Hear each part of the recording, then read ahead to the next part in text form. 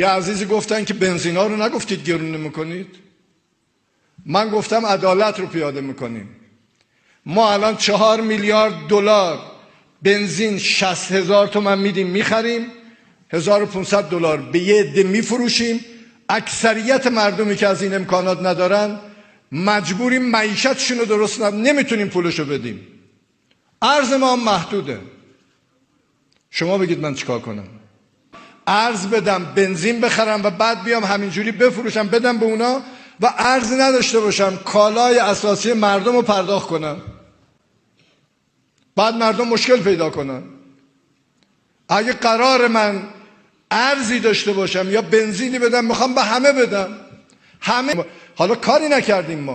ما فعلا گفتیم بنزین خودمونو 5000 تومان گرون بشه، بنزین مناطق آزاد بشه 5000 تومان، کارت نداشته باشن. بنزین اونایی که ماشینای خارجی میارن و تازه دارن ماشین میگیرن فعلا کارت 5000 تومانی بگیرن. هیچ چی گیر ما نمیاد. ولی این تابویی که داریم، من نباید